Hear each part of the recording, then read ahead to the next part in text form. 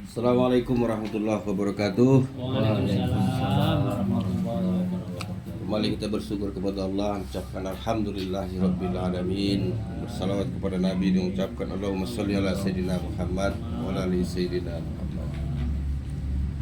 Bapak-bapak hadirin, para jamaah yasinan yang dirahmati Allah Subhanahu wa taala. Ini Mas Muji udah lama enggak ceramah nih, jadi kadang-kadang banyak lupa gitu, Pak. Nah, saat-saat kemarin saatnya menipi, ini berusaha bangkit dan kembali ke tengah, kan begitu. Bapak-bapak hadirin yang berbahagia, kajian singkat sore ini ada sebuah hadis Nabi yang akan saya sampaikan, mudah-mudahan bisa kita amalkan. Termasuk saya pun yang menyampaikannya. Kadang-kadang sedangkan disampaikan aja kita tak bisa mengamalkannya, apalagi tak ada yang menyampaikan. Jadi kita coba perlahan. Mari kita dalam perantauan ini kita sibuk mencari kehidupan kita untuk dunia kita, tapi sesekali 1 bulan sekali kita sempatkan untuk mencari amal ibadah untuk akhirat kita. Di dalam hadis Nabi Muhammad SAW yang diriwayatkan oleh Al-Baihaqi, salasun munazziat, ada 3 perkara yang bisa menyelamatkan manusia. Kalau 3 perkara ini bisa kita amalkan, sesulit apapun kehidupan, sekejam apapun situasi kita, apapun yang terjadi dalam dunia ini, insya Allah kita akan termasuk orang yang selamat. Apa modal kita yang pertama yang harus kita terapkan, yang harus kita jadikan karakter diri kita? Yang pertama kata Nabi Muhammad SAW, fa'ammal munazziyat. Adapun ciri orang yang selamat itu adalah pertama kata at-taqwa fisyirri wa alaniyah. Kita ini sebenarnya harus bertakwa dalam keadaan sendiri walaupun ke dalam ramai. Kadang-kadang iman kita ini kuat karena ramai. Kalau kita ramai, kita ketemu uang, itu kita sama-sama alim semua tuh. Tapi kalau kita sendirian, ada setumpuk duit kita temu, mulailah goyang. Jadi hadis Nabi ini menunjukkan kita ini takwanya harus totalitas. Dalam kesendirian pun kita harus takwa, dalam keramaian pun kita harus takwa. Jadi di antara keduanya inilah, kalau di saat ramai kita seolah-olah alim, tapi di saat sendiri kita alim, itulah yang akan membahayakan itu. Salah satu supaya manusia ini selamat, kuncinya itu dalam keadaan apapun dia tetap membawa kata takwa dalam dirinya. Mau itu sulit, mau senang, takwa. Mau dalam ramai, mau sendirian, takwa. Jangan saat alim karena banyak orang yang melihat, tapi kalau sendiri melakukan maksiat. Ini kita tidak pungkiri manusiawi semua. Kalau kita sendiri-sendiri itu godaan setan itu luar biasa. Suami-suami pergi kemana-mana, kalau dia sendiri itu, orang yang berikutnya akan memunculkan kepada dia itu adalah setan. Di sanalah akan merubah karakter takwa itu tidak total, tidak lagi. Makanya Nabi mengatakan, kalau Anda ingin sukses dalam kesulitan, dalam keramaian, dalam kesendirian, bertakwalah. Bertakwa itu apa maknanya yang sesungguhnya? Apapun yang kita lakukan, ada kebersamaan Allah dengan kita. Yakin kita Allah ada di sisi kita. Yakin semua apa yang kita lakukan Allah lihat. Kan tidak berani kita tuh. Nak nyuri be, kalau ada mertua kita di situ, tidak jadi kita nyuri tuh. Ketahuan mertua. Kita mau ngambil hak orang lain pun karena ada di sana mantu kita, tertahan keinginan itu. Tapi mencoba ini menghadirkan Allah dalam segala tindak tanduk kita. Kalau sudah takwa, dia yakin ada Allah, setiap kali dia mau melakukan sesuatu, ini pasti Allah akan melihat. Itu modal kita, bapak-bapak, ibu-ibu. Ini ceramahnya ceramah begini nih, karena udah lama ada ceramah nih. Jadi makanya agak dikeras-kerasin dikit, karena mic-nya juga udah bagus. Kalau bagus pelan-pelan beda. Nah. Apalagi ini modal pertama kita nih, kalau kita selamat ini, Jangan kita beranggapan kalau ini dunia ini sudah kita genggam lalu kita selamat. Salah tuh. Andaikan semua WKS milik kita pun belum tentu kita selamat tuh. Yang dimaksud selamat di sini, selamat di kehidupan dunia, selamat di kehidupan akhirat, selamat di kehidupan sosial, selamat di kehidupan manapun dia berada. Kalau hanya soal kesenangan dunia ini diberikan seluas harta WKS ke kita, tiba-tiba kita maksiat menyelubungi diri kita, menikmati hanya berapa tahun? Umur antara 60 sampai 70, sekarang sudah 50. lebih. Hanya menikmati 5 tahun. Habis itu menderita selamanya. Sampai kapan? Hatta yurtumul maqabir. Gak ada sadar-sadarnya lagi. Sadarnya nanti pas masuk liang kubur. Sampai kapan menunggu? Lama lagi. Ada lagi alam barzah. Apa barzah itu, Ustaz? Barzah itu artinya itu pemisah.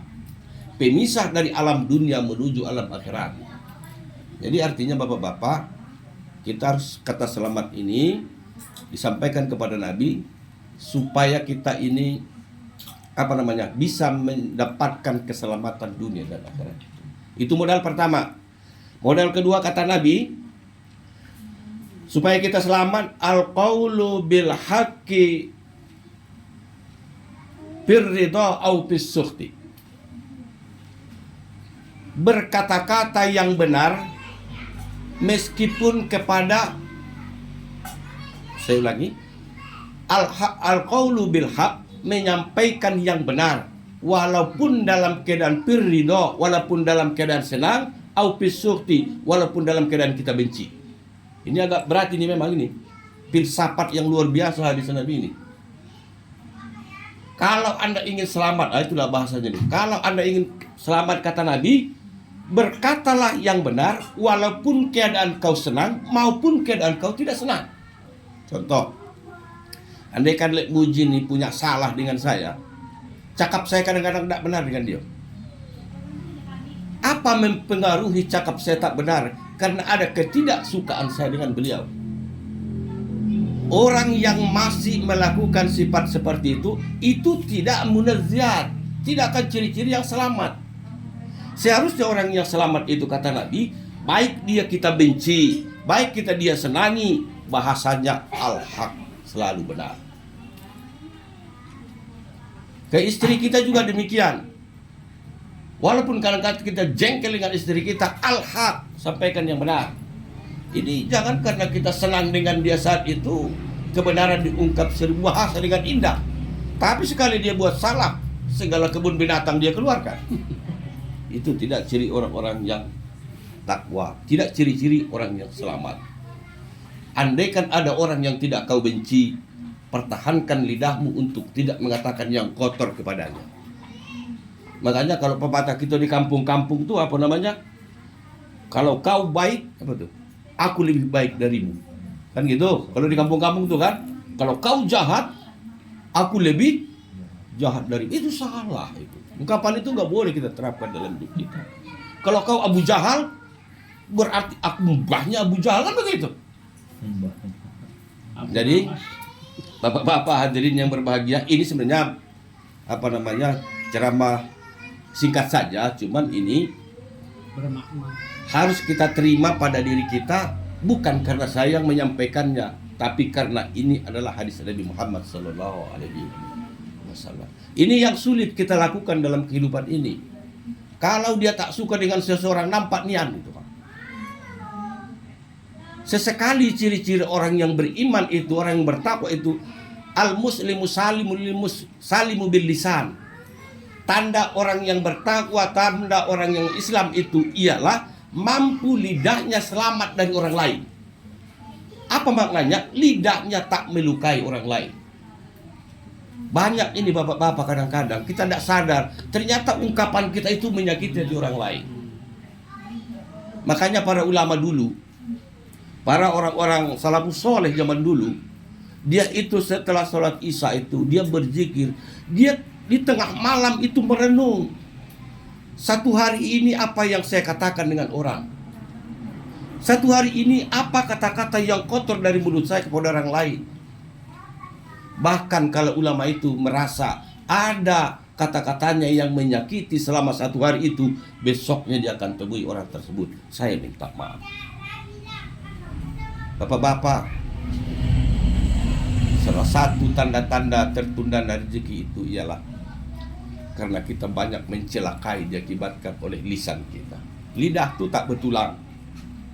Lidah itu tak bertulang. Tapi sekali dia terluka, sulit kita untuk mencari obat. Orang muslim itu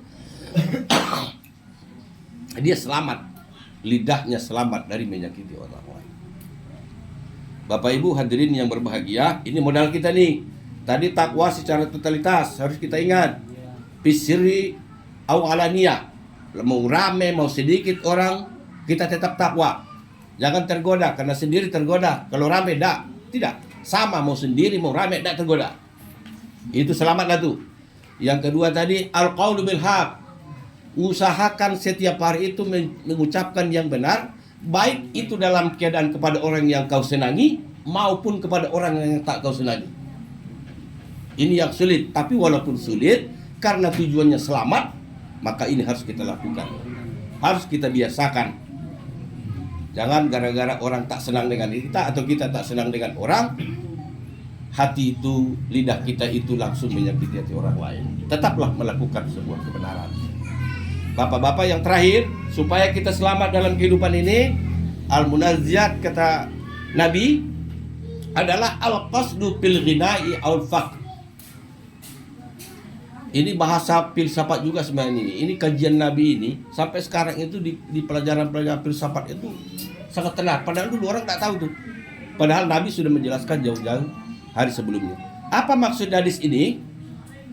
Bersahaja fil ghina, dalam keadaan kaya, au fil faqri, walaupun dalam keadaan miskin. Jadi perlu kita kaji bapak-bapak. Al-qasdu fil ghina'i aul faqri adalah hidup kita ini harus bersahaja, sederhana, walaupun dalam keadaan kaya ataupun miskin. Anehnya coba, kenapa dia buat kaya dulu? Ternyata orang miskin pun punya hak yang sama untuk melakukan kesederhanaan. Kalau orang kaya sederhana kan wajar, tapi orang miskin sederhana, ya memang udah ada lagi, ya sederhana kan gitu. Tapi makna yang lebih dalam dari itu, jangan sampai kalau kita kaya menjolimi orang miskin. Jangan sampai kita orang miskin menjilat kepada orang yang kaya. Hidup ini adalah antara bakhil dengan mubazir. Kalau kata Facebooknya itu apa ini? Perjalanan karakter Islam ini adalah sifatnya antara bakhil dengan mubazir. Kikir tak boleh, mubazir tak boleh. Antara bakhilun wal mubazirun, itulah yang disebut tadi al-qasdu fil ghina'i au fil faqr. Jadi yang kaya jangan sampai merendahkan orang yang miskin, yang miskin pun jangan menaruh apanya terlalu di bawah. Jadi bapak-bapak hadirin yang dirahmati Allah Subhanahu wa taala, ini modal kata Nabi, dimanapun kita tinggal, seperti apapun keadaannya, kalau yang 3 ini bisa kita lakukan, insya Allah kata Nabi kita ini selamat. Selamat itu jelas. Terlebih-lebih kita harus membiasakan al-qaulul haq. Bicaralah yang benar walaupun kepada orang yang tidak kau sukai. Merenunglah kata Nabi. 1 hari itu apa cakapmu, kata-katamu, berapa kata keluar dari mulutmu, apa saja yang kau sampaikan. Ulang lagi, teliti lagi. Adakah orang yang sakit hati dengan kata-kata dan ucapanmu itu? Kalau ada, orang-orang saleh dulu langsung besoknya dia datang minta maaf itu. Jadi inilah guna pengajian kita, inilah guna yasinan kita, supaya tawasau bil haq, saling menasehati. Andaikan ada saudara kita yang muslim kurang tepat, kita sampaikan. Andaikan saudara kita yang terlanjur, kita sampaikan. Begini loh, tunjukkan, sampaikan. Jangan sampai kita sudah tua tapi tak mampu menerapkan al-qaulu bil haq. Sudah tua, tak tahu cara menyampaikan yang benar. Asal dia ngomong, sakit hati orang. Ada juga sifat manusia telek muji kan? Asal dia ngomong, orang sakit hati gitu. Apa kata orang sih? Sifat lidah apa namanya? Apa namanya kalau di sini ada istilah Jambi kalau tidak salah tuh. Jadi Iya sekali dah. mulutnya itu berbisa gitu Pak. Iya. Dia senyum menyampaikannya, tapi orang lain menjerit, sakit batinnya gitu. Dia tidak tahu, dia tersinggung tuh. Jadi oleh karena itu bapak-bapak, melalui pengajian singkat ini, kita evaluasi diri kita. Setiap hari harus kita evaluasi berapa kali lidah ini menyakiti orang lain, berapa kali lidah ini mengucapkan al-haq, berapa kali lidah ini berzikir. Itu harus kita evaluasi terus. Kenapa itu kita lakukan? Supaya kita selamat dunia dan selamat di akhirat. Bapak-bapak hadirin yang dirahmati Allah Subhanahu wa taala, barangkali itu pengajian kita kedengaran enggak ke ibu-ibu? Kedengaran? Udah sengaja saya tarik volumenya ini. Kalau di tempat lain saya ceramah agak kuat, datang kopi susu itu biasanya. Tapi karena rumah dewek, biarlah air putih be. Jadi mudah-mudahan pertemuan ini kita semua sehat-sehat, saling menasihati. Lebih baik saling menasihati daripada saling menggunjing. Saling menasihatilah dengan elok. Andai kan ada, kita lihat, kita tegur dengan baik, kita jaga lidah kita supaya selamat lidah kita ini daripada menyakiti hati orang lain, supaya kita selamat dunia dan akhirat seperti yang disampaikan oleh Nabi kita, Nabi besar Muhammad sallallahu alaihi wasallam. Akhirul kalam, wassalamualaikum warahmatullahi wabarakatuh.